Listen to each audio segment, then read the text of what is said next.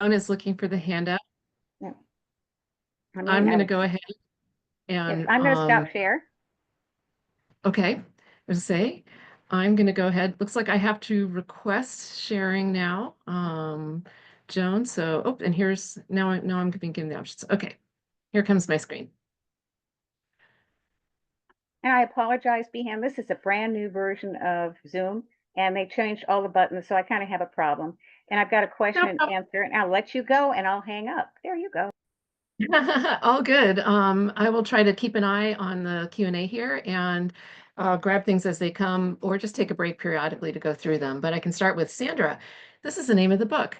It is, what's her name? Angie Schneider, Pressure Canning for Beginners and Beyond. And it really is, actually, it has a lot of basics. But I have a handout. I made a handout for this. So you can see on the screen here, there's the website my husband and I have for our cruising adventures and more, sailingtotem.com. And if you just put /canning, you'll get to the handout that I made for the seminar today. And that's got a link to this book, but a couple of others that I think are useful as well. So hopefully that is helpful for you.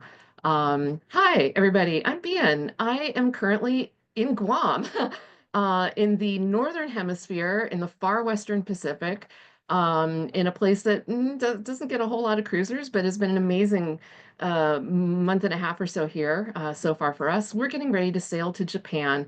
And as Joan mentioned, I canned my way across the Pacific. Definitely did this past year. We left Mexico a little over a year ago to head west across the North Pacific.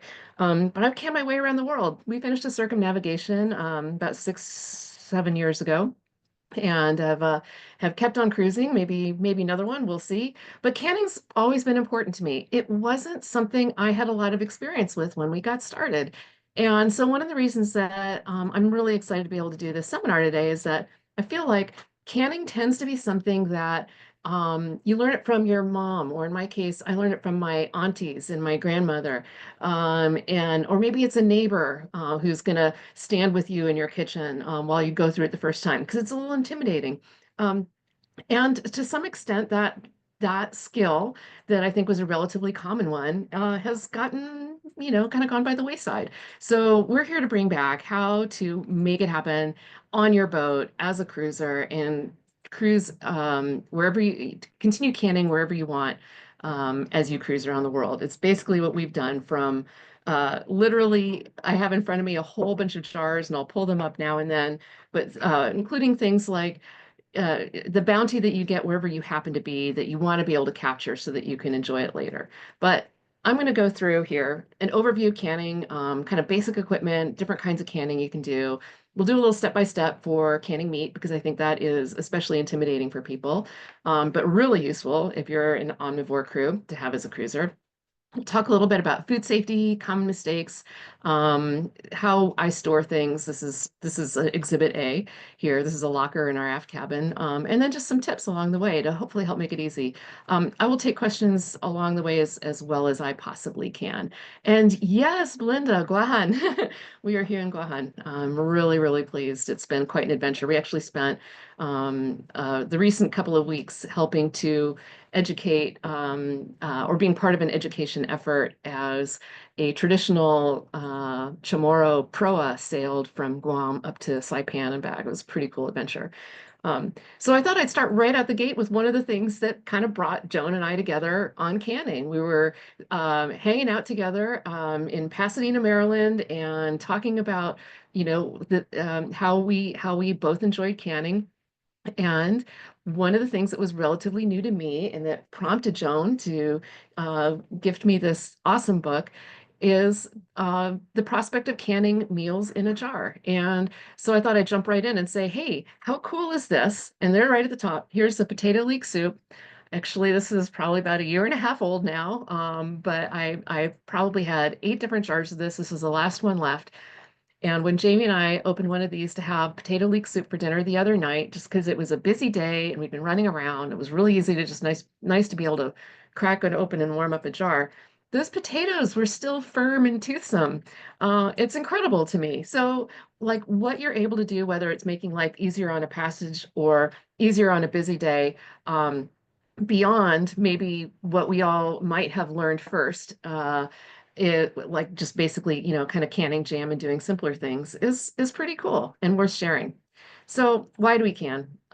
This is our main canning locker. This is actually in our navigation station, right behind where my husband is sitting right now. But even if you have capacious refrigeration on board, canning can be really helpful. We had a chest freezer back in our old house on land, and we filled that thing. And on Totem, we have a negligible freezer. So canning is actually a really important part of extending our storage. Um, I have, I'm just going to say a carnivore, a bunch of cappy carnivores on board, and it's not just omnivores.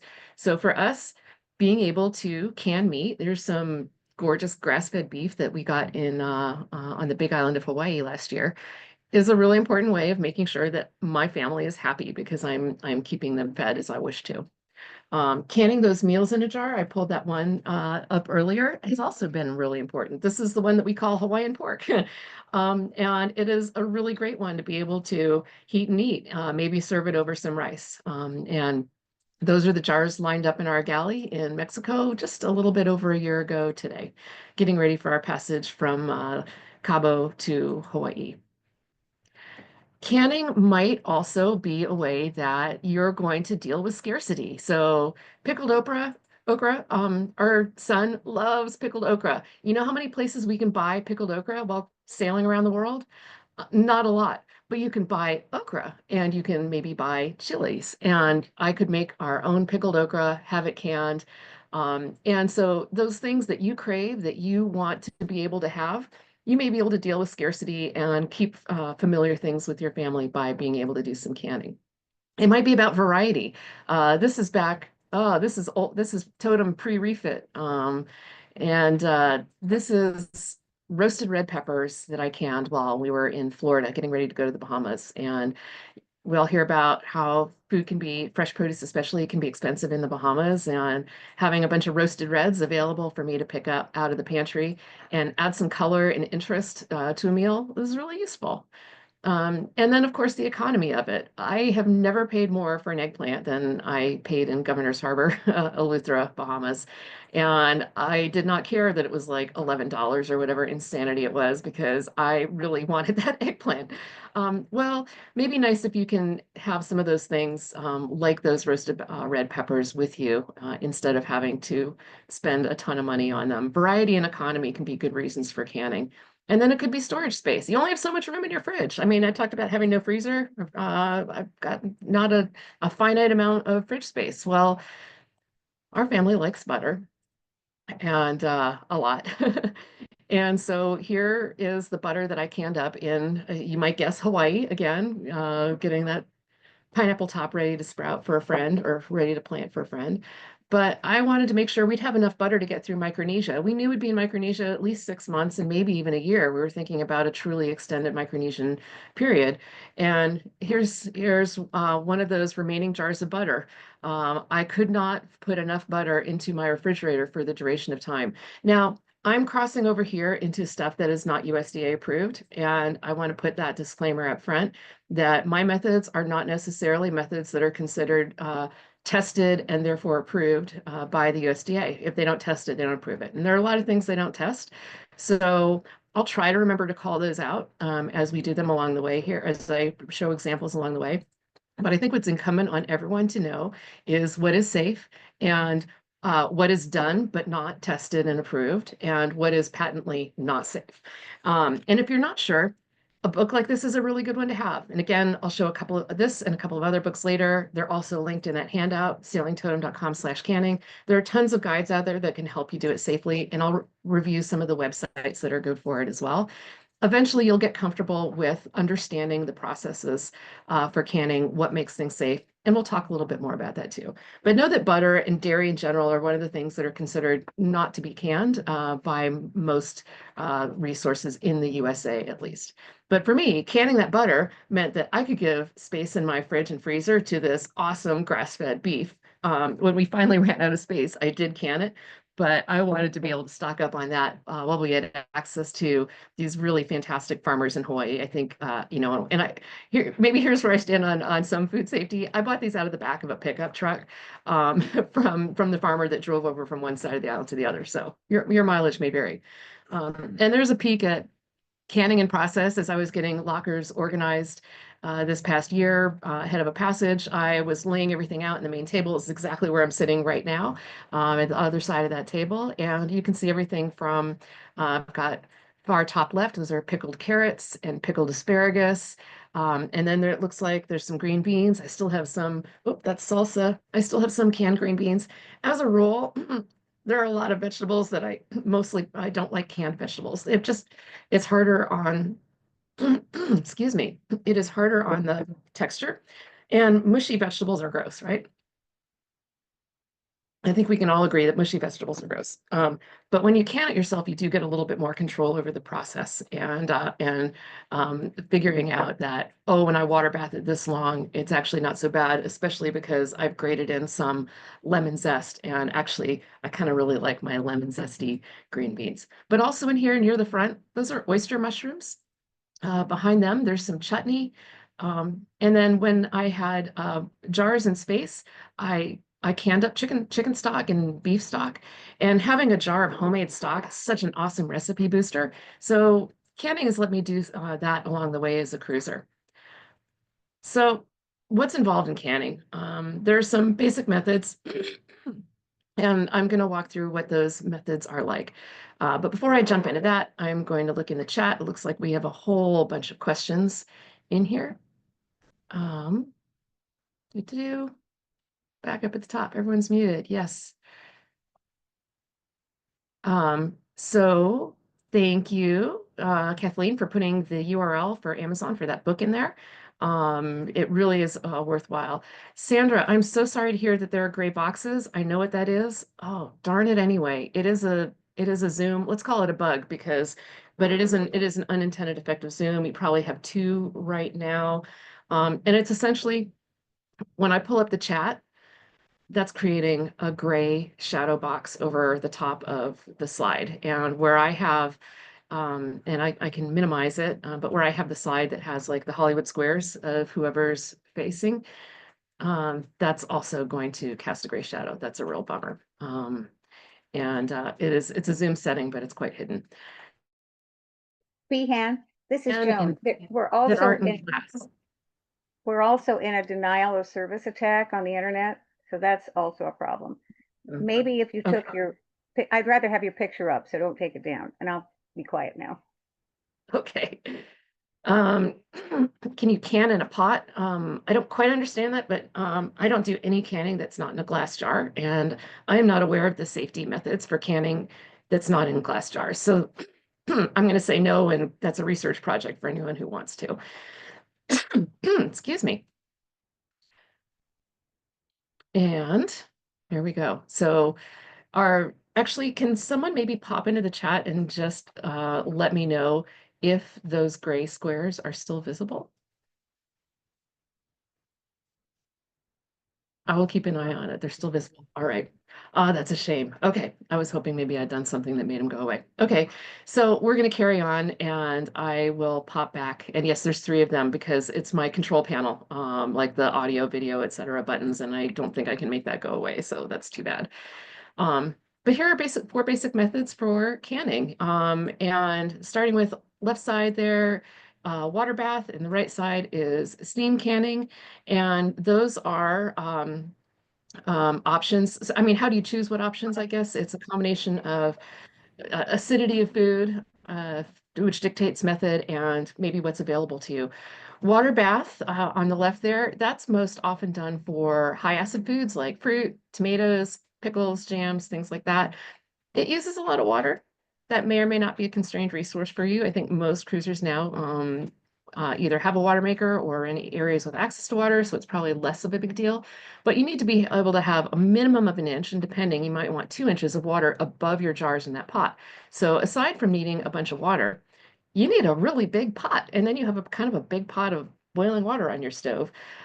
So clearly we're not going to be doing this underway, but we're not going to be doing most canning underway. But think about the size of that pot. Where are you going to put that pot? Uh, I don't have room for a water bath canner on Totem, at least not easily. We definitely make room for things. Steam canning I'm bringing up because it is relatively new in the very small pantheon of approved methods for canning in the US. Approved again, meaning they tested it and decided it was okay at, I guess, the USDA. So this is a bespoke steam canner. And the advantage of that is that you use a whole lot less water. It happens a lot more quickly because imagine boiling, that relatively small amount of water compared to boiling a huge pot of water. It does mean you have a dedicated device. I'm not sure really how you're going to use that steam canner for a whole lot of things besides steam canning. But it's a very similar method to water bath canning, which is that you are going to sterilize the jars. And the steam canner actually conveniently does helps you do that because you can sterilize them in the canner. You're going to have very, very hot food product, whatever you're intending to can, fill the jars with that to the appropriate headspace. And we'll talk about headspace a little bit, but it's the measure of how far up the jar is it okay for that liquid to go or that food product to go. And the headspace will be something we'll talk a little bit more about later. And then you place those jars, if water bath canning, in the simmering pot, if steam canning, in the steam canner and close it up. And you process it for this specified time. And that specified time is going to be based upon water boiling over the top of the water bath jars, or I think it's 20 or 30 seconds, whatever the manufacturer says on a steam canner of steam actively venting before you close that off and allow it to become this super hot environment inside. So that's a really high level view on those two. Pressure canning is what you need to do for low acid foods. There's not an alternative in the US to safely do this. My European friends who do can things that are low acid in a water bath method, but that is not tested by the USDA. It is not considered safe by most home canning outlets in the US. So there's some regional differences. We could debate that. Kind of err on the side of familiar food safety there. And when I'm canning meat, I do it only in a pressure canner. That pressure canner, again, is a device that takes up quite a bit of space on board, and it sort of it is what it is. And the way that I have managed that historically is by actually not having a dedicated canner. This is also not USDA approved. I'm saying that a lot. I used a pressure cooker, and um, to me, the pressure cooker then is about understanding what is the safety range for pressure canning. What is where are you supposed to be in terms of PSI, pounds per square inch? And what does my canner, my pressure cooker actually do so that I could know? And I'll provide some images to illustrate that in a little bit.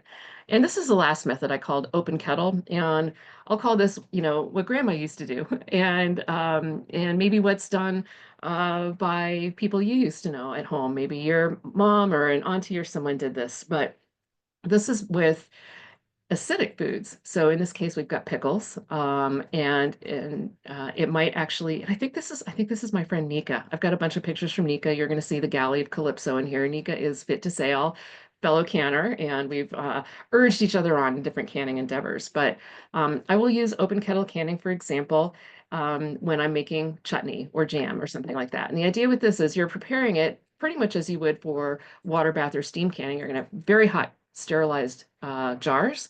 You're going to have very hot, maybe rolling boil if that does that product.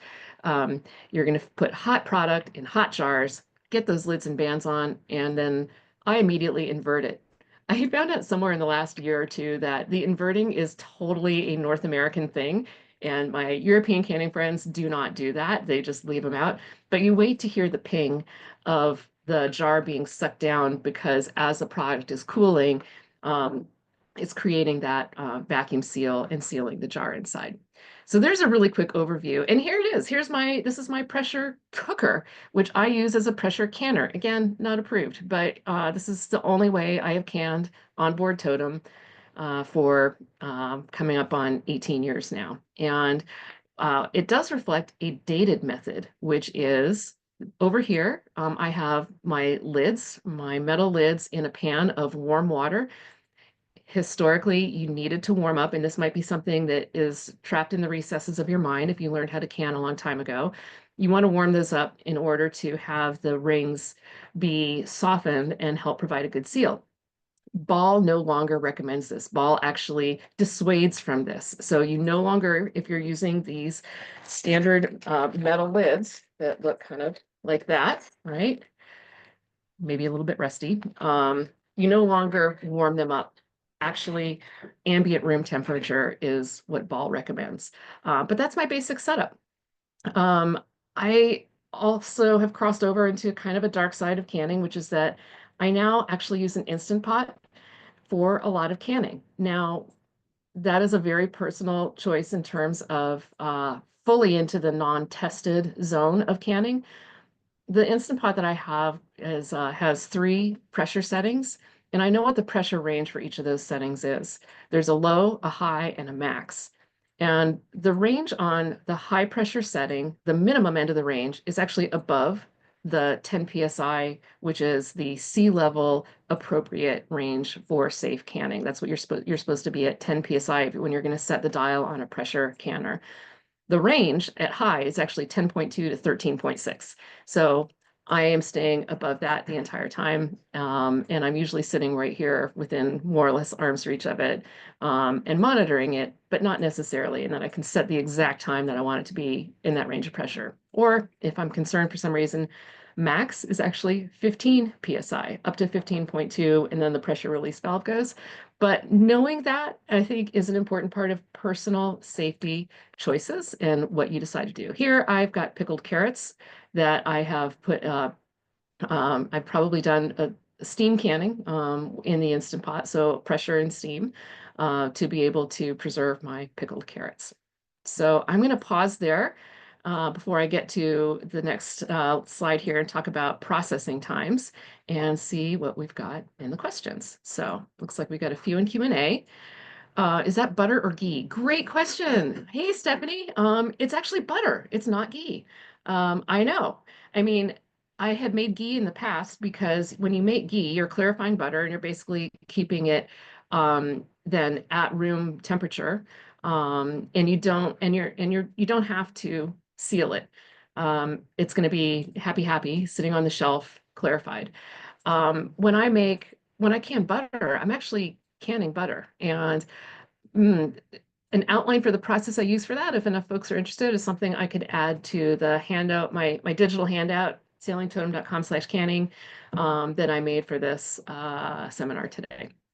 Could seawater be used for the water bath method? I do not think that's possible because seawater is salt water and the boiling point is different. And I'm just going to say no, but I don't know. But I wouldn't do it. I would totally use fresh water. And if that's a decision point in terms of the amount of water you have available, well, I guess that's something to understand a little bit better. How long do you pressure cook for? Okay, that's exactly what I'm going to get to here because it depends, which is one of those really annoying answers, right? And whether that's in the Instant Pot, whether that's in a pressure cooker, whether that's in a pressure canner, a given recipe will have a given processing time. And the processing time, the standard processing time that you'll see quoted in recipes, which is what you should follow, is based on being at sea level. Well, that's convenient for cruisers. We're always at sea level. Once you start getting above into higher elevations, you have to adjust the processing time. And your recipe should do that for you, or you may have a guide which indicates how you increase the amount of processing time you do based upon the elevation that you're in. So that's an easy one for us as cruisers. The next question for figuring out how long you process something for is based on what am I canning? Is it an acid or a base? And actually, and I put it at the bottom, but they're kind of related. What is the density of the food? One of the reasons why we can meat a lot longer, meat canning times are 75 minutes for a pint at pressure. So, having reached that 10+% PSI or 10+ PSI, 75 minutes is because meat's kind of dense. It's actually the same if you're going to can, and I like to can beans. These are just black turtle beans. Beans also really dense. I start with dry beans and add water, and then I basically have canned beans. Could I have gone to the store and bought this for $1.19? Maybe. Well, maybe not. It depends on where I am. And then this also gives me what I call recipe ready beans. That's a Carolyn Sherlock term, by the way, Boat Galley fans. But recipe ready beans so that I can, when I'm cooking kind of last minute, don't have to also cook the beans or anticipate that. Um, Acidic food needs much less processing time, and that is stuff you may also be doing in a water bath. But processing times on acidic food might be 15 minutes or 20 minutes. There's a whole lot of your mileage may vary. There's a lot of different traditions in canning. Understand what the range of recommended processing time is for something that you want to can. Look at what tools you have available. Look at consider the method you're going to use, whether it's under pressure, whether it's water bath, and then make a decision about what you feel is best for you.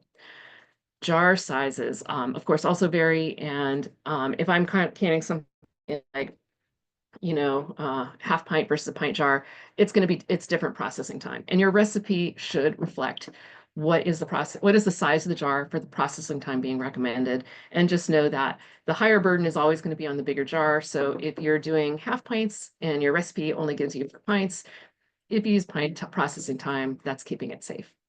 How does PSI translate to temperature? My pressure canner does temperature only. I'm going to send you to the Google or ChatGPT or whatever on that. That is not a question I can answer off the cuff. I might be able to figure it out and add a reference to the handout as well. So yeah, all right. I think that covers all of the questions we have for now. If I missed one,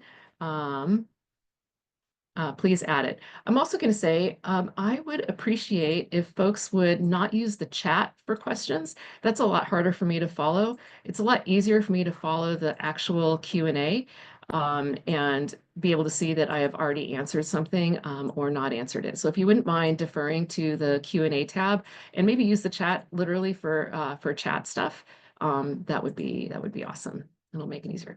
Okay, all right. And I've had a couple of requests I see for the process and canning butter. I won't go through that right now. I will add that to my handout on the website. So count on looking for it there as long as, and I'll add in, I think I've got some references that I used when I was coming up with the method that I wanted to do for canning. All right, let's talk about equipment. Ta-da! All right, I had to start with this. I mean, we did just have May the 4th, be with you. And but actually, I think Instant Pot has a totally missed opportunity here because if you have the R2D2 Instant Pot, it actually does the same normal beep and not the R2D2 beep. So, that's just like fail, but oh well. So here are the different basic tools that we kind of talked about earlier. And they all have their trade-offs, right? Whether it's space, how many things do we have room for storing on board, whether it's personal risk tolerance, whether you're like only going to do stuff that is blessed by the USDA, or whether you're going to do stuff that is based on your own research and personal choices. You have different options available to you. And what's worked out really well for me, as I pointed out, was for years and years and years using my pressure canner.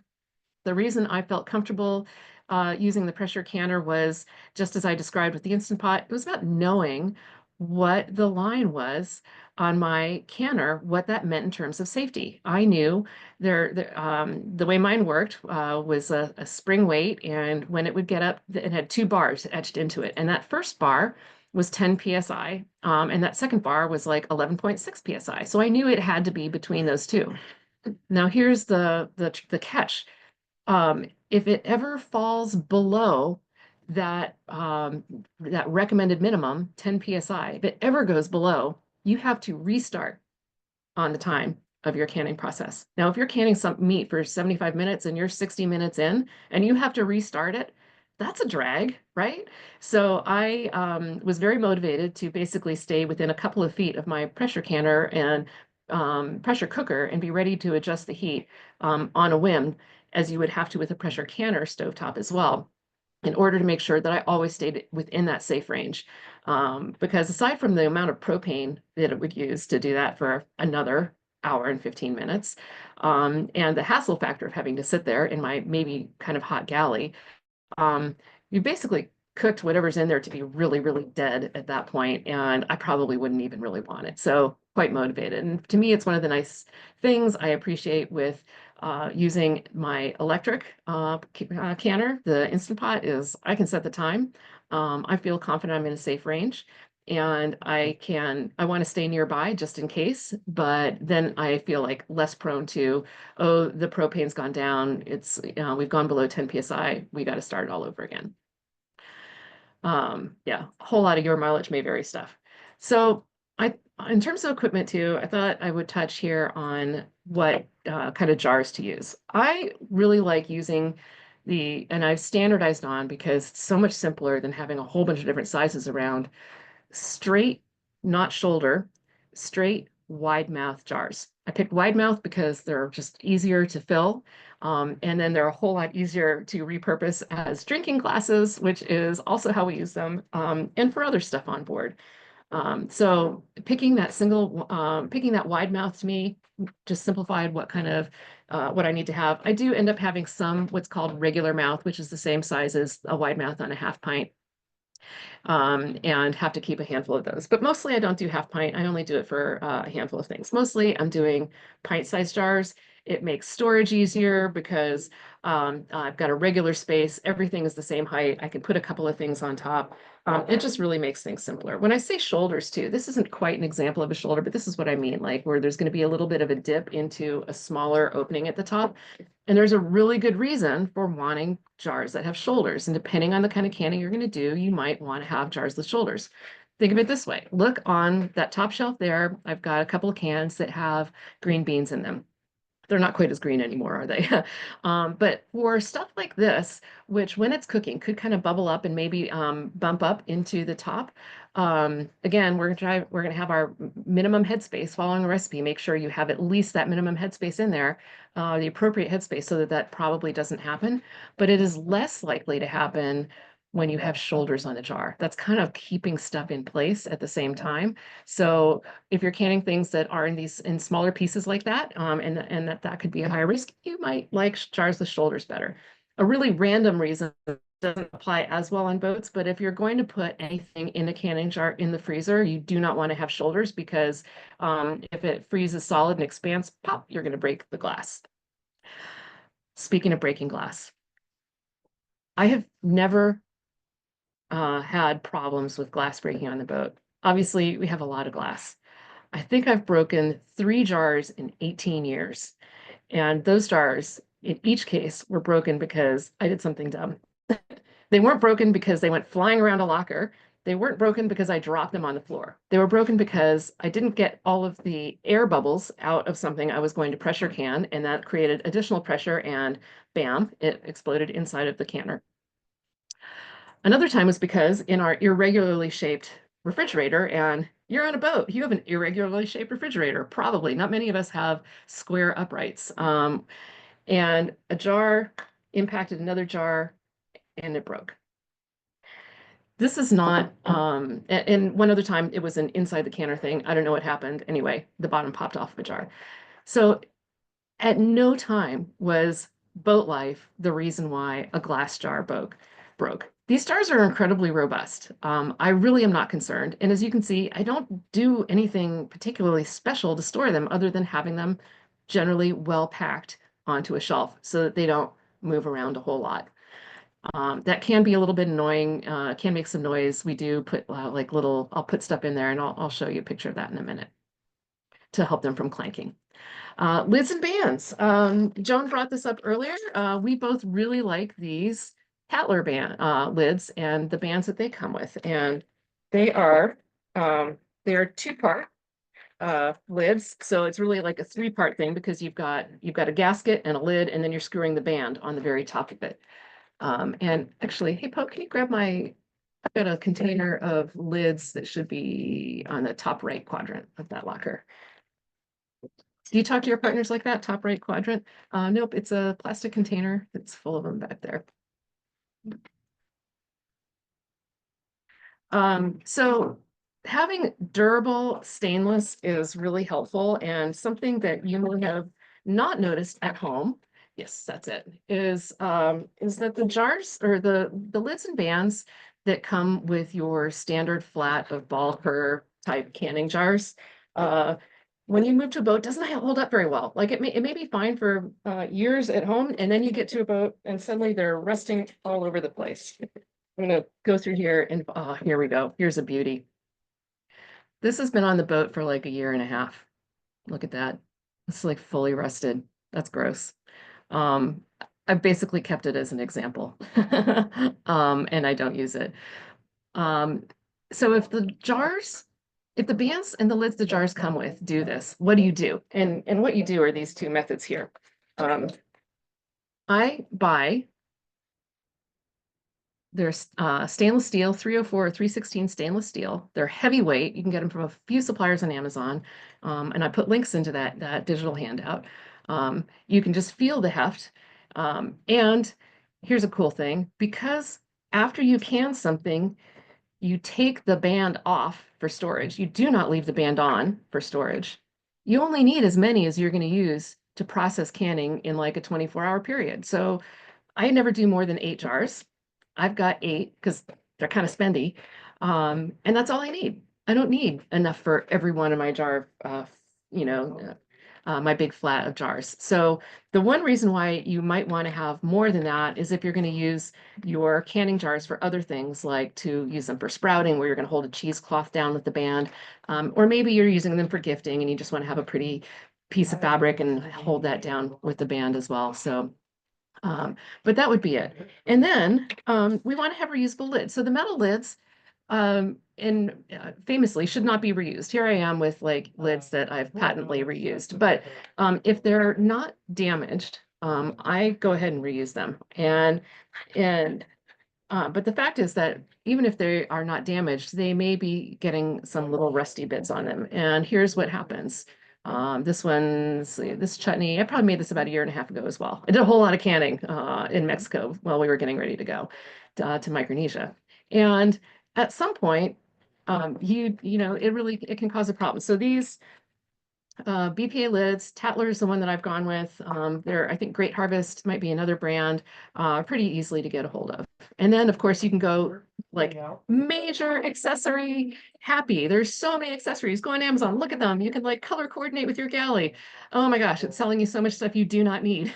I have basically found 2 canning accessories to be really useful on board. And one is this, it's a wide, or it's a very much wider open at the top funnel. It actually fits a regular mouth jar, so I can also use it for butter if that's what I'm going to use it for.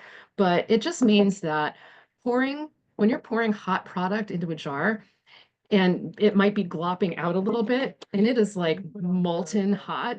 Well, it's really nice to have something like this that is a little bit more forgiving for pouring into your jar. And then the handles. For years, I used like tongs and dish towels and things like that. And I burned my fingers a bunch of times. Well, I kind of avoid having single-use things on board. I've got those jar lifters and they really make life easier. So I'd recommend those two. And I would really ignore basically everything else. The things that they're selling here are things that you probably have either you have them already, like a decent ladle, or you don't really need them, like this set of tongs. No, just use the lifters that make it easier to securely grab. Or this little device here, which is for getting the air bubbles out of a jar. You know what? A toothpick works great, or even a butter knife. You really don't need to have a dedicated color coordinated item. So, all right. How are we on questions? Let me see.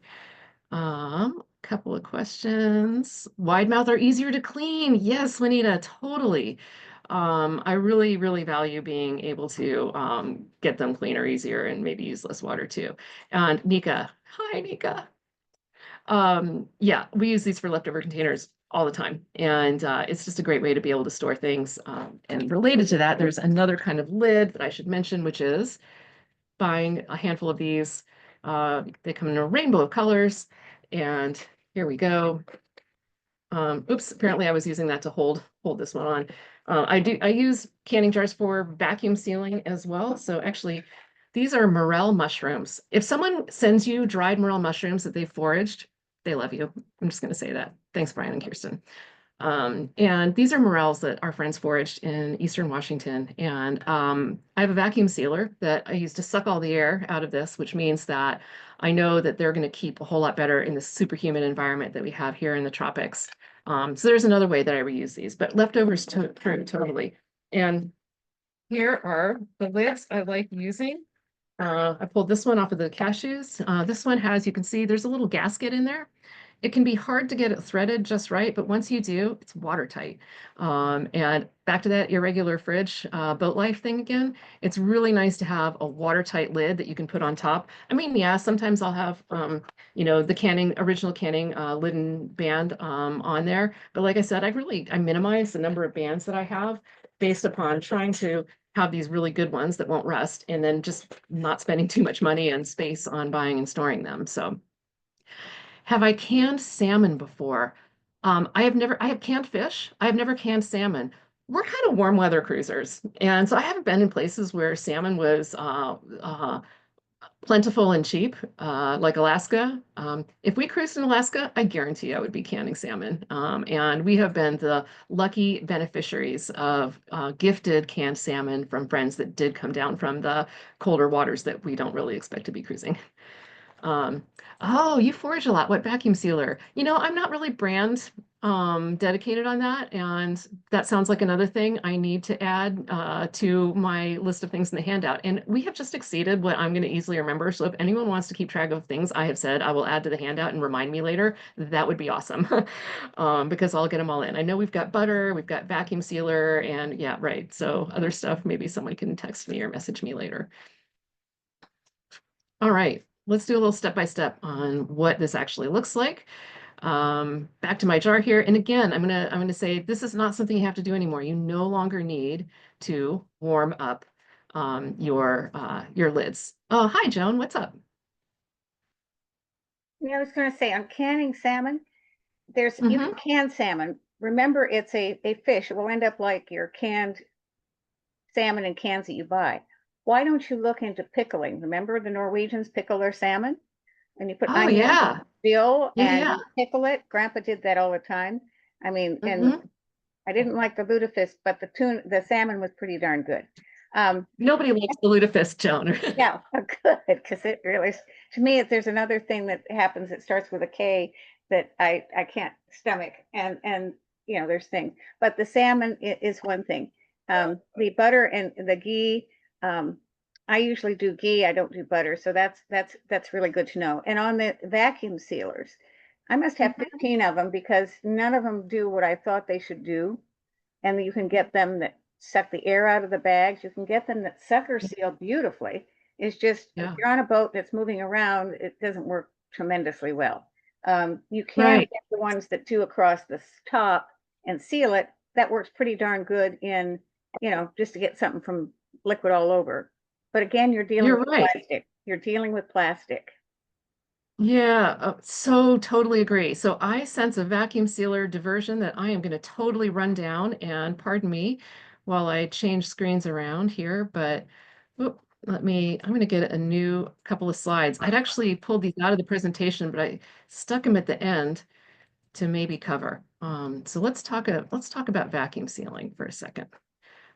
Because the vacuum sealing that I do is really different. The vacuum sealer that we have is not the kind that you might have seen in the boat shows where it uses a continuous roll of plastic and you're basically sucking out air and then heat sealing the plastic so things are sucked down into a plastic bag. I personally do not want to eat food that's been hanging out sucked down into that plastic bag. So I don't. Starlink is telling me my internet connection is unstable, so I took a little pause there. So we don't have that kind of vacuum sealer. We do not seal into bags. These are the things that we seal, things that will have a shorter shelf life once they're exposed to the air, especially here in the tropics, like nuts. These are shiitake mushrooms I took out of a bag. These are the gifted morels, love them. This is what my vacuum sealer looks like. And yeah, it's just this little handheld thing, and it's got a lid that fits over a canning jar, and you can get them so they fit either regular or wide mouth jars. It's battery powered, USB charged, and I fit those things together and hit on, and it just starts sucking air out. And at some point, I'll hear the little ping, and I know it's sealed. there is a catch, which is that these awesome lids that I've standardized on, you can't use them for vacuum sealing like this. You have to use the metal lids. And I had like just given away like a whole treasure trove of my metal lids when I discovered that through trial and error. And anyway, so I've hung on to a few more lids now. But that's actually what the vacuum sealing that we do on board looks like, which is really different. We had one of those more conventional vacuum sealers that puts things in bags when we first bought Totem. I'm sure I bought it at a boat show, probably in Seattle, a year before we went cruising, and I thought it was going to be, a fantastic tool. And I used it like 3 times, and the motor burned out, and I never used it again. So I just couldn't see spending the money on another one when it had been sort of unsatisfactory, and we just avoided vacuum sealing things at all. Vacuum sealing can be great for stuff like, minimizing bugs. They don't, the eggs that are in all of our flour and pasta don't hatch when they're in a vacuum sealer. So it's something that I guess what's called another year mileage may vary. And it's like sort of for similar reasons, I guess, I don't do sous vide. And I know people love sous vide and yay them. But I don't want to boil my food in plastic, no matter how safe someone's telling me it is. So here I am telling you that I do things which are not USDA approved, but that's not what I like. Okay. I'm happy to be called on out on that. We all figure out, I guess, what we're comfortable with. Now, let me go back up and find where I left off here. Right, a little step by step. And I'm going to go through canning. Some of them are my examples, some of them are from my friend Nika, who is recently doing a bunch of canning in the Marquesas. And she's tuning in from French Polynesia. So for me, if I'm canning chicken, let's say, or pork, I'm going to start by putting a little bit of salt in the bottom of the jar. And this is from the galley on Calypso. She's got chunked up pork. It's ready to go into her jar. Um, when you are pressure canning, you actually don't have to sterilize your jar. If you're pressure canning for at least 10 minutes or more, that baby's getting sterilized inside the canner. Don't worry about pre-sterilizing your jars, which I didn't know for a very long time and is helpful because when you're working in limited space, it can really, oh shoot, that screen's not being shared, is it? Hang on a second. Try again. Okay, I think it ought to be up now. Complete with gray boxes that go over the top. So here I am. We're going to put a little salt in the bottom of our jars, and then we're going to take the chunked up meat and we're going to just pile it in up to the appropriate headspace. I am not adding water. I'm not adding broth. The only thing I have in there is that pinch of salt. This is, some people like to put water in. I don't find it's necessary. I do try to cut, if I'm canning chicken, as much of the fat off as possible to prevent siphoning. And siphoning is what happens. I touched on it earlier, often related to headspace, but just picture, here's my potato leek soup. Picture this getting crazy hot, boiling, boiling, boiling in the jar because it's under pressure in the canner and it's like an hour in under pressure. And that's pushing that liquid up against this. And if that liquid has fat in it and because it's under so much pressure, sneaks its way under the band, and that fat is going to make it harder for the lid to stay on, right? It's going to break that seal possibly or make it fail sooner. And what do we not want? Wasted food because our lids failed to seal.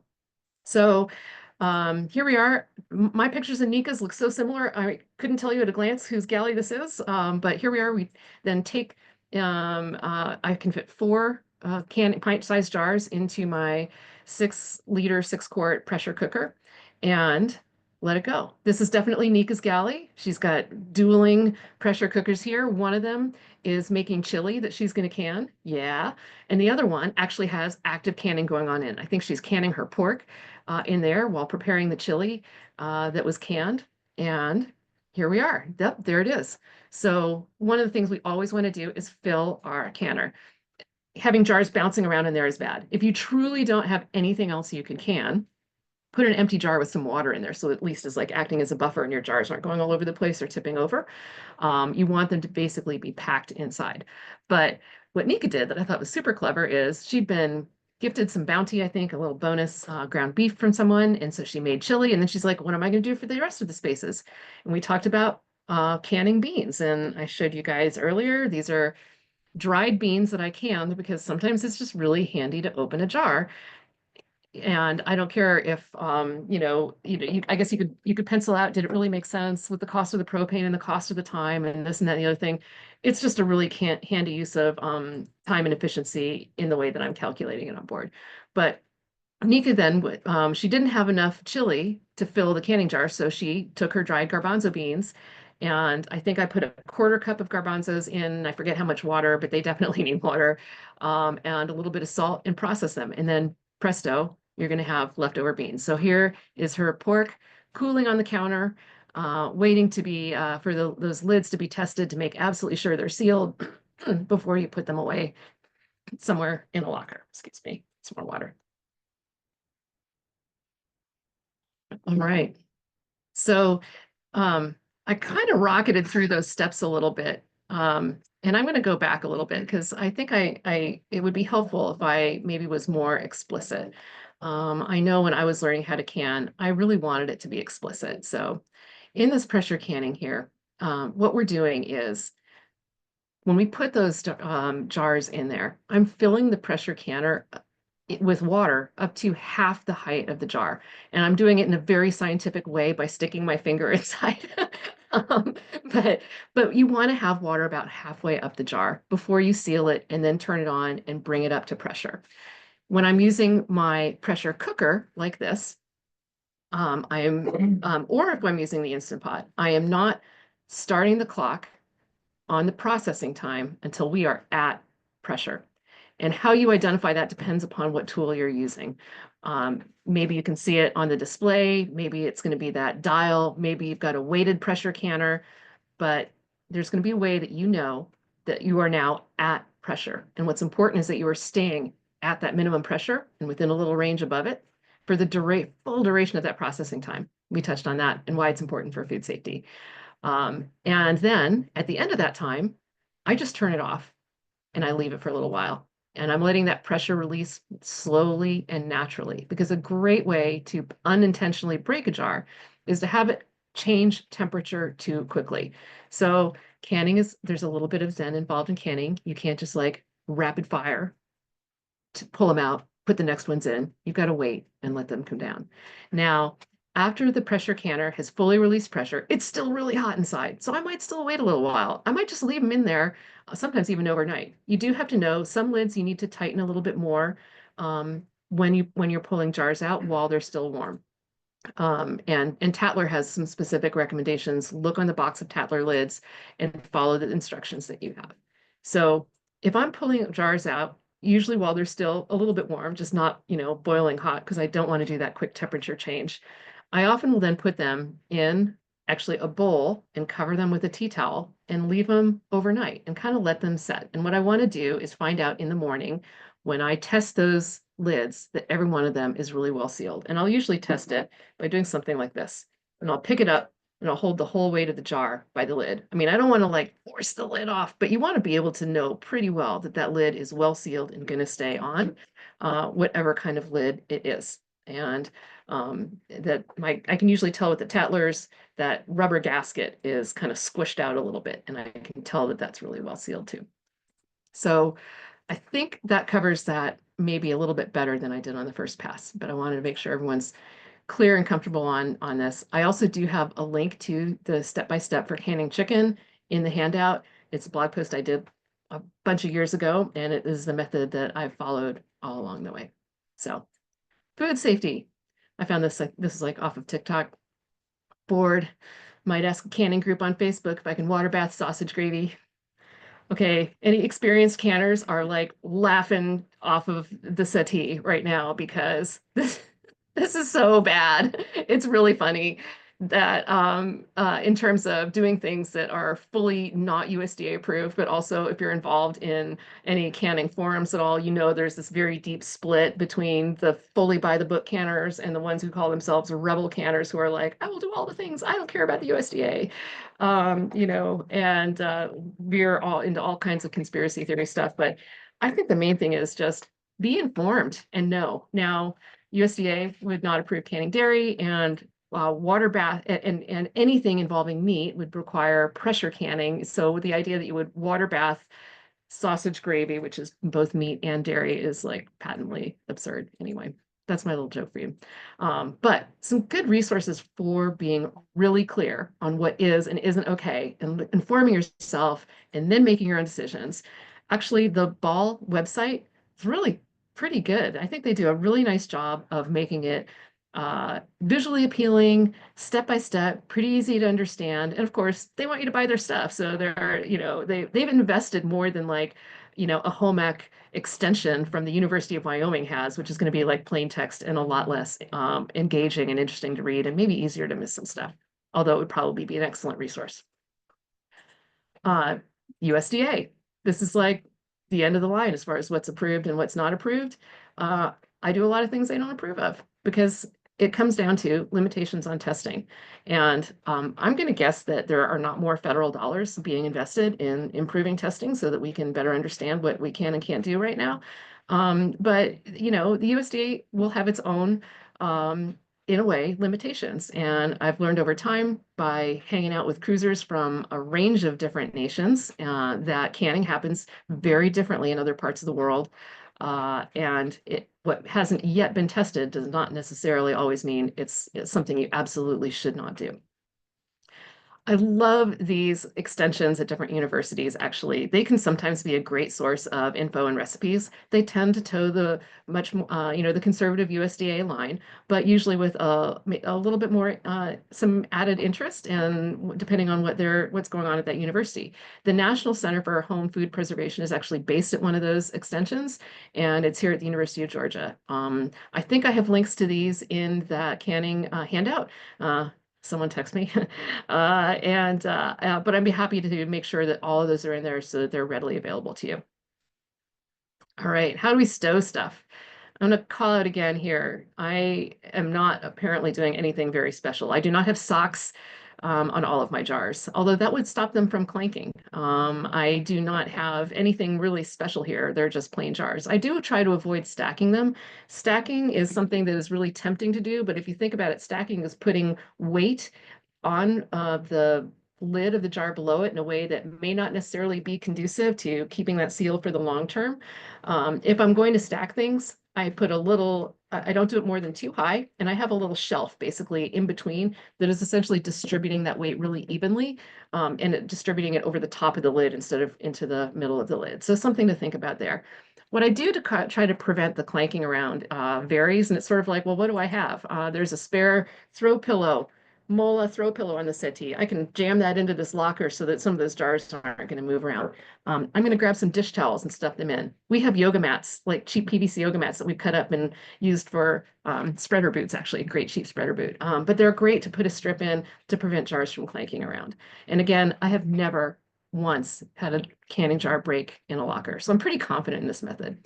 This is my whole bunch of mixed up stuff locker. You can see there are canning jars with stuff that has been vacuum sealed in them. There are canning jars with things that have been pickled. That spicy pickled cauliflower is the bomb. I've got mushrooms and other things back there. And then I've kind of standardized on these for grains and flowers and seeds and things like that on the other side. Just trying to make the most of a locker space there. And kitties, let's see. And yep, I do have sometimes things on top of a canning jar. Look at me standing, stacking 3 high. Shame, shouldn't do that. This was on Kids for Sale, and I meant to write down the name of the boat to shout them out. But this is another great option. Actually, you can buy these sleeves super cheaply on Amazon. I mean, 20 yards of continuous roll of this fabric. If your stowage is such that you're really concerned, or you want to minimize that clanging and put a little sock on each one, or a little mesh on each one of them. You do you, and this looks like a good way to do it pretty affordably. The catch, of course, would be you're probably not going to be able to buy this in I don't know, Dominica or whatever. You're probably going to want to stock up on stuff like this before you leave, which actually relates back to stocking up on the jars themselves. Outside of the USA, I had a very difficult time finding canning jars when we were back in Mexico. Places purport to have them and they look like canning jars, but they're really not. They really don't have the right kind of lid. I didn't feel like they were probably the right kind of glass.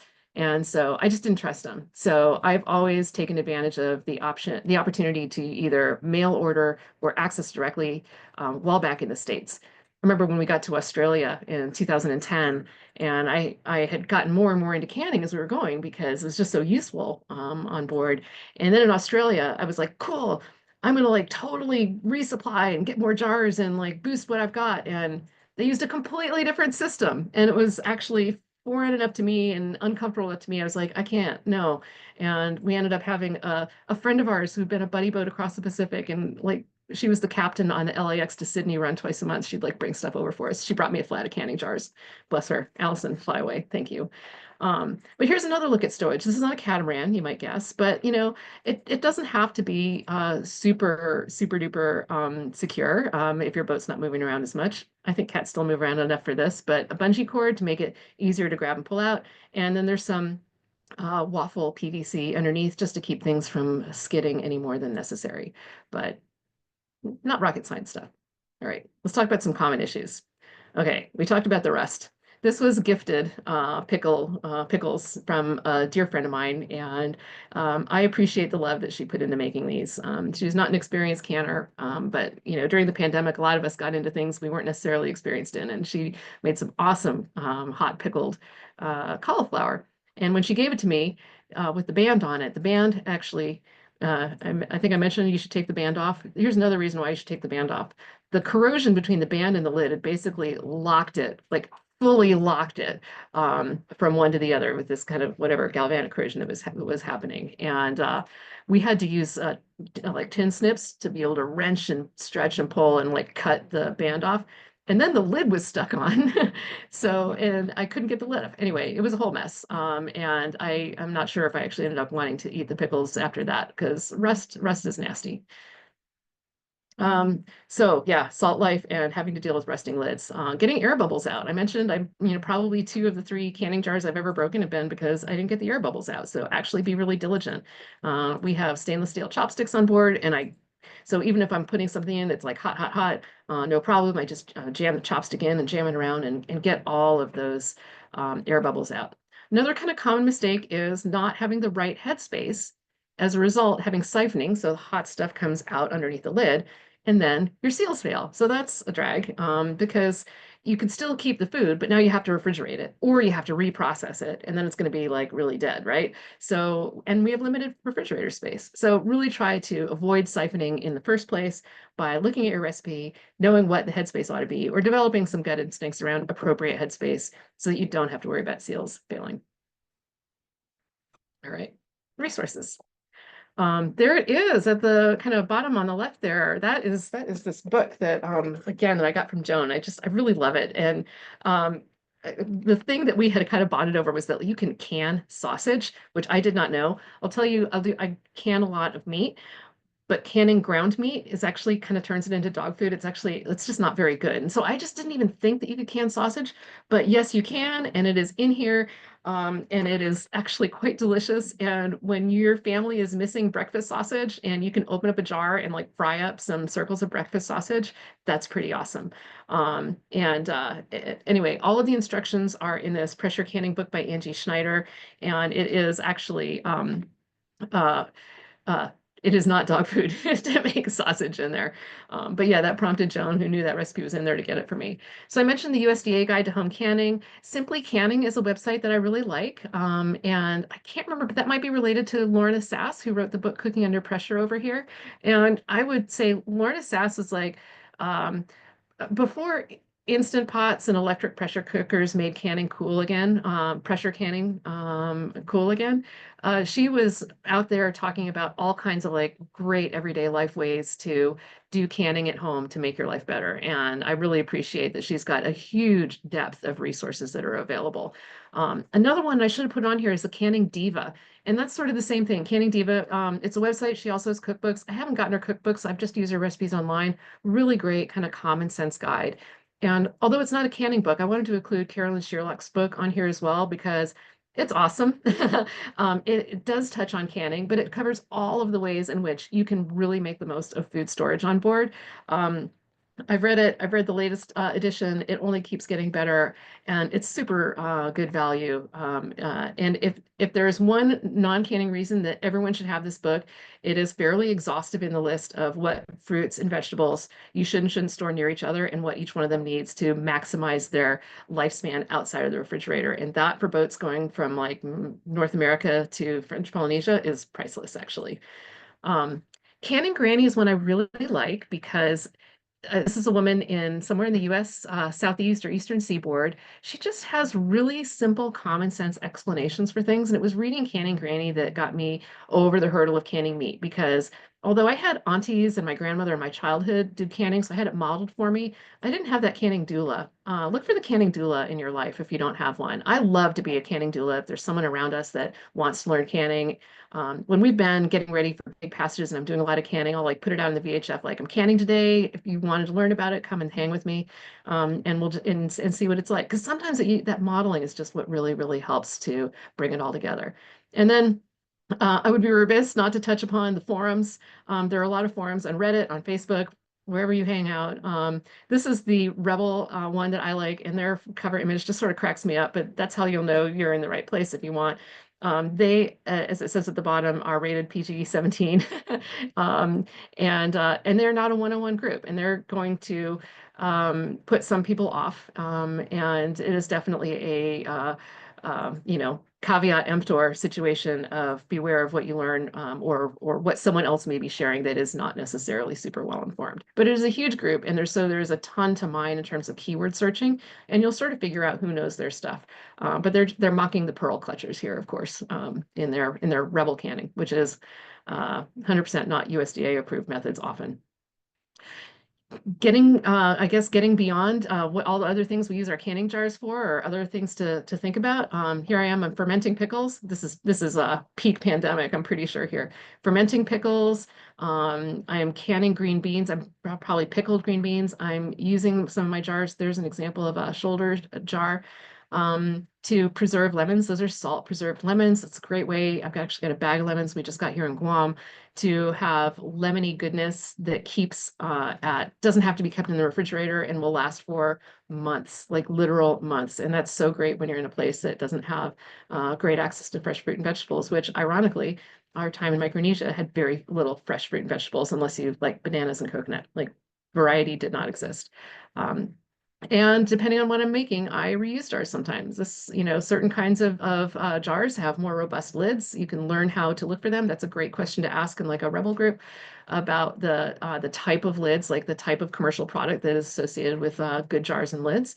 And I'll use that. In this case, I've made chutney, or pickling onions. I love pickling onions. They never end up staying on the shelf very long because a little bit of pickled onion is just so good on the top of any recipe. Here's more pre-refit totem in the background, and more jars in use for more food preservation or methods. I'm sprouting pinto beans over here because actually beans that you've sprouted just a little bit have a whole different set of health benefits. Whether or not you want to turn them into actual sprouts to eat, it's a worthwhile thing to know about. Regrowing some green onions, and it looks like getting ready to grow sprouts with mung beans here. I have used the metal bands, my good metal bands, and a cheesecloth. I'm going to show you guys another kind of a lid. And this came along as a bonus with something else I was buying. But you can also, these screw. There are a lot of these products that are made to screw onto the top of standard size mason jars.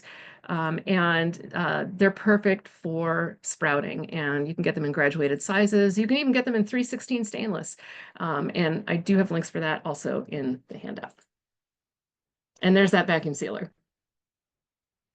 So I think a couple of tips that I thought would be useful. I think it is really helpful to standardize on a single size. Like it really has made things generally easier for me to have just these wide mouth pint jars. I do think that, I do have a sort of a minimum of the half pint that have a regular size mouth, but in general, just knowing all of my stuff is standardized has made life simpler. Make sure you're taking the bands off to store them, watching headspace. Um, If you're pressure canning at least 10 minutes, yeah, you don't have to sterilize your jars. It's happening for you. And I wasted a lot of time and energy and angst worrying about whether my jars were sterilized because of the time gap between having them hot and having them filled with hot product mattered. It matters for water bath canning. It matters for steam canning. It matters if you're going to do pressure canning less than 10 minutes. I don't think I pressure can anything less than 10 minutes. Then it's important. Getting the bubbles out. Remembering that steam canning, actually even blessed by the USDA now, or some of the food extensions, that warming lids is not something you have to do anymore. If you learned that before, you can unlearn that now. And the value of finding canning money. And like I said, also, clearing your day and clearing your head. Canning is not a super efficient process. If you're trying to multitask and do a whole lot of things, your canning effort might not go so well. Clear the space. And here's where it's great to have a friend that you're sharing it with, because you can make your time that much more interesting. And that's what I got. Behan, this All right. is fun. This is fun. Now you've got Oh, some good. questions. You've got questions out there. Still. Yeah. I'm going to go over to the Q&A now. So Yeah. Stephanie May, hey, Stephanie, not a question, but a tip. Many places in the U.S. have community kitchens set up for cooking. Yes. Yes, they do. And they're often for your low cost. Check with your county extension service. They totally do. And that is a great resource to tap into. I did not have that at home, or at least not in a remotely convenient way. But that is a really helpful way to have access, because even at home before you go, right? Like the big pots and things like that, the racks, like you can actually spend a lot of money on gear, which you don't necessarily need to. And it's great if you can use a service like that to do it instead. Someone put a link, oh, hey, Dave, to canned salmon in here. Thank you for doing that. That's super cool. Oh, and it's yeah. So yeah, seafood you can the same as you would can meat. It's treated like meat, and I'm gonna guess that's a density issue. And although I'm with Joan, like although I've had canned salmon, like someone's really beautiful king salmon from the Pacific Northwest that they home canned for me, and it was delicious. At the same time, I kind of, if the fish isn't super fresh, I'll eat it pickled, but I'm less of a fan of the canned fish. Do you cook the meat before you can it? I can't believe I didn't mention that. Thank you, Melissa, for bringing that up. I don't. I raw pack, and that is a fully accepted method. Think about again that pressure that it's going under. And I mean, 75 minutes under high pressure, it's getting really well cooked in there. And if you cook it, the one thing I cook in advance actually would be ground meat, because if you don't pre-cook the ground meat, it basically turns into a brick inside the jar. But again, I kind of don't do a whole lot of ground meat canning anyway, because it tastes like dog food. So but yeah, no, I only otherwise raw pack when I'm canning meat. And there's a half a cup for a pint jar, I'm sure. Oh, neat. Yeah, thank you. That's for the garbanzo beans, isn't it? So you got a quarter of a pint jar, quarter cup of dry beans, half a cup of water, little salt if you wish, and then processing that. And I believe it's 75 minutes for our pint jar. And Behan, I store my I just bottles. I just put Nika. She could talk. Oh yeah, hey Nika, chime in I can. please. No, Thank you I for can sharing talk. the pictures and process with me. Well, thank you. No, I didn't have anything really to add. But it's so cool to uh, to follow this, and I'm looking forward to the resources.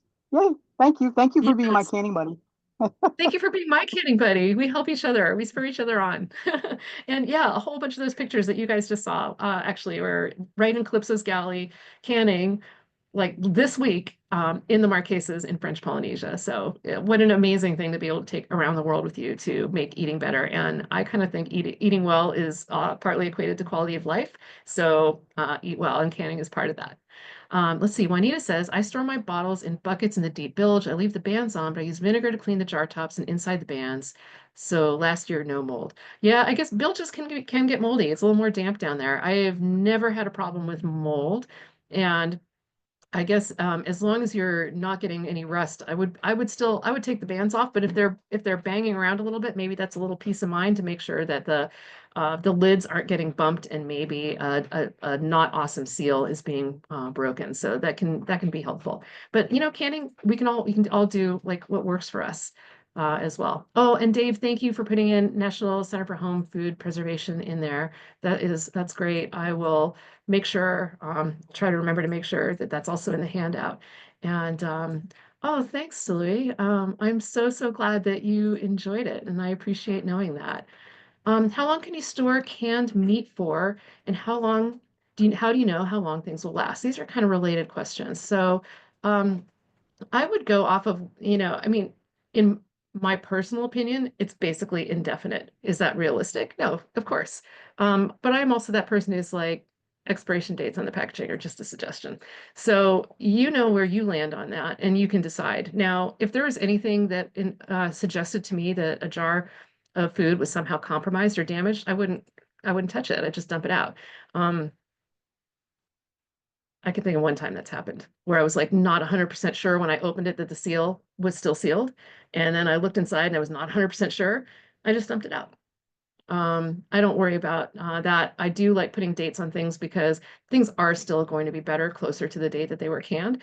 And so it's nice to try to use things in an order that means you don't end up with like, some really old stuff. But frankly, I think home canning, you can use stuff for a really long time. Can you speak more about meals in a jar, please? Oh, yeah, I sure can. I wish I had more examples. We've eaten them all lately. I've got to do more canning. Um, Maybe what I can try and do is grow the list of stuff and the recipes that I put into the handout. But what I'm even going to shortcut with is I'm going to pull this up for a second and read off some examples because they're really good. She has, okay, beef and pork from breakfast to dinner, pot pie filling, honey garlic pork chops, beef and wine sauce, carnitas. These are actually, I do a lot of like making, a little salsa verde and chunks of pork and cook it up. And it is like add rice and you've got dinner. How about chicken marsala, teriyaki chicken? That's one that I definitely do a bunch of. Um, the book also has a chapter on wild game. So if you are a hunter, there's options in there for venison and rabbit and stuff. How about lists of soups? She's got tons of soups. I'm in the tropics. I don't really do too much soup. But stock can be really useful. And I do find on passages that potato leek soup is really nice. But so is like a split pea or a black bean or something like that. So there's just so much you can do. Maybe think of it this way too. If you make it to eat it, you can can it. Some things will come up better than others, but I have friends from my canning community forums who, if they've got leftover food and they don't have refrigerator space, they chuck it in the canner and they can it. Now, I think that is going to degrade the quality of the food, but for the most part, it's still a viable option. And if that opens up or expands to you the world of possibilities for canning, and then the way you think about how long to process it, it's based upon what is the ingredient which requires the most processing time. So if you've got meat, you use meat processing times if you're following certain guidelines. And let's see, covered canning beans. How do you know when to use water and how much? If it's water inside the jar for a recipe, follow the recipe. And that will be dictated by headspace or by product. So for example, the green beans, or I'm sorry, the garbanzo beans and the turtle beans and things like that, where we're putting dried beans and water in, there's kind of a specific amount to get the quantity right on the jar itself. For putting it into your canner, I sort of joke, but it's true. I use the very unsophisticated method of dipping my finger in to see like when it's gotten halfway up the canning jar. And if it's gotten halfway up, if I got the tip of my finger wet, I've got enough water in. Very, very, yeah, not sophisticated. But whatever works for you, whether it's maybe it's a wooden spoon and then you can measure it in and see how far it's gotten wet as a wooden spoon dipstick. And when you use that, so water quantities inside a canner, if it's water bath, again, minimum 1 inch. And for some people, it's say actually 2 inches above the product that you want to be canning. So they're submerged in that water. If you're pressure canning is when it's only halfway up the jar. And if you're steam canning, it's not even touching the jar, it's underneath it on a rack. You can also, I use an Instant Pot for steam canning. I have a rack, the water goes underneath, it goes under pressure and steams. And in both cases there, it's for the steam canner, it's what does your steam canner or what is the level on your Instant Pot, which creates the amount of steam that you need. So it's maybe a little less rule of thumb than would be satisfying. Oh, Mary, I'm glad you found this helpful. What would be the least intimidating thing to can for a first timer? Oh, I feel like a really good non-intimidating thing to start with is something like chutney. And because it's simple and it's tasty and it's fairly foolproof. It's basically making jam, except you're adding acid also. And so, from a food safety standpoint, you're basically you're like, and I didn't talk about acidity. And one of the other actually pieces of equipment some people might want to have are pH strips. I actually have pH strips to detect the acidity of the food to know that it's at least, if it's at 4.6, is it acidic enough that you can water bath or steam it, or do you have to pressure can it if that's where you draw your line on food safety? Um, and but acidity, but chutney is there's a lot of vinegar and there's a lot of sugar, and it's so fairly foolproof and fairly straightforward to make. And I'm pretty sure I have the recipe for that in my handout because I think I've written about it. But I will double check and then you can try it from there. But you can also just look online. That is one that I do open kettle method, but you can also water bath it. You can also pressure cook it. So it's super versatile that way. And then chutney is really hard to screw up. It's really hard to overcook it essentially. So if you're worried about processing it too long because you've got to reset or something, no problem. Your chutney is still going to be really good dolloped on top of whatever you want to make tastier, whether it is pork chops, or tofu, or just a bunch of vegetables. I think chutney is a great way to add interest when the options available to us cruising are less interested. Oh, and I love Nika's examples. She's got sloppy joes, chicken chili. She makes our pineapple pork recipe. She has spaghetti sauce. She has corn chowder. She has chicken enchiladas. Oh, one of my favorite finds from being in Mexico. So you can buy delicious tamales pretty inexpensively, of course, in Mexico. You can can tamales. Now You there is can an can awesome milk tamales. jar. Yes. Yes. Yes. And I would fit like 4 tamales into a pint jar. And here's where you want to make sure they're not putting pressure on the lid so that so that you don't have a problem with your seal. But canned tamales, what a great treat on a passage. Yeah. Dave Skolnick says Branston pickle. Oh, that sounds good. I will have to check that one out. Um, and Nika, I appreciate knowing that you found that raw packing canning meat was your gateway to canning. That was probably a conversation we had. Yeah, yeah, following my blog post. That was like a tipping point for me too, because one of the things that was always constrained for space on Totem was meat for my voracious family. And um, being able to have canned meat and realize that it could actually be pretty good.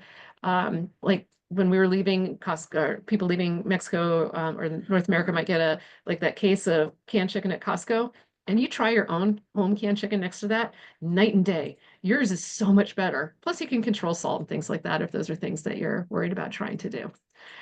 Yes, canning tamales inside the husk. It's so cool. I making tamales is super time intensive, but if I can buy them, I will can them. And the last time we did that was actually in Hawaii, at the Hawaiian Costco. We could buy huge bags of tamales and then put them in the canner to have them for weeks. Okay, I've gotten through the Q&A. I think we may have some things here on the chat. A couple more helpful links for people. And I think we're good. Yeah. Any other questions I can help people with? I know we're almost at the hour-and-a-half mark here. Jane Linsford raised a hand. So let me Jane. see. Where is she? Your Oh, here, papaya. Jane. Yes. Yeah, There your she is. pie chutney recipe did. Oh, so that was your gateway, was the pie chutney recipe. Okay, well that's great. So I must have it on our website, which means I put it into the handout. Although I will double check. And I love that is there and that was helpful for you. Thank you, Jay. I love knowing that. Dan, that's what, when I gave you that book, it was like, I know this is going to jumpstart her. That's just a good Totally. book. Mhm. It's fun. Oh my goodness. It's full of great recipes, and the breakfast sausage that we bonded over is kind of awesome. Yeah. Oh, and yes, thank you, Nikki, for letting me know the chutney recipe is linked in sailingtotem.com/canning. And hopefully that's helpful for you. As I realized in the presentation, the number of things I was putting in that you might want to be able to find, I thought I better dump these out into a web page somewhere for everyone. So that is not linked anywhere in the site right now. I'll have to add that later, but I just wanted to get a really quick page up to help people connect with resources. And I am a resource. Hit me up. I'm serious. I would love to help. My husband and I have a coaching service. We help a lot of people get ready to go cruising, and actually, about half of the folks we work with are active cruisers. And I have canning talks periodically with folks and help them figure it out. And I would love to help you. So if that resonates, reach out to me and let me know. I'm going to tell you something. I wrote in the chat, I have the Bible. What I meant was I have a book. It's called The Encyclopedia of Country Living. And it's by a woman by the name of Carla Emery. And I don't Mhm. know if I knew her. In fact, I was the midwife that helped deliver her baby back in the Oh, how awesome. 1960s. And she was writing this book in this compendium. That is like 4 inches thick. It's very hard to read. But if you can get it, it's the Encyclopedia of Country Living, and it's by Carla with a C, Carla Emery. And she's no longer with us, but that book, everything from soup to nuts, she did it. Raising pigs, raising chicken, growing stuff, she wrote it all in this book. Delivering Oh, babies, very I cool. think, too. Very cool, but she cooked, canned, dried, pickled, you name it, her way through her entire life. And I would love that book. I'll send you the link to it. You can put it in your book, Behan. That sounds perfect. And I really want to thank you for doing this. I will do a recording. We had some squares. The squares have gone. It's got something to do with, I think, either the video or the resources. It might be in my, who cares? You know, there's Mm. nothing, once you start a video event, you cannot just drop everything and fix and twiddle. So I appreciate Dave Yeah. offering his suggestions, and I think that may help in the future. But with a brand new Zoom that came up, some of my settings are missing. So I'm a little Yeah. frustrated with that, but Yeah, they got moved around a little bit, and I'm scrolling up, and Dave, what you're mentioning, this is exactly it. And there are actually, that's one of the ways that Optimize for a Video Clip thing is one of the ways. There are a couple of different things that either trip you up or that you have to undo in order to make it work. And I thought I had it set up right, and I didn't. That probably was at my end in my Zoom install. So I'll definitely be checking that out later and seeing what happened. But you're right, not DDoS. and if anyone, I will be automatically sending out a copy of this recording. I may take time to edit it. I may just send out the recording. I may turn around and just Behan ask. We might re-record it if it's really bad, but I don't think it will be. And you're going sailing, and I'm not, and I'm desperately jealous. But we'll be in the bay, and we'll have a good time anyway with Well, folks in the bay.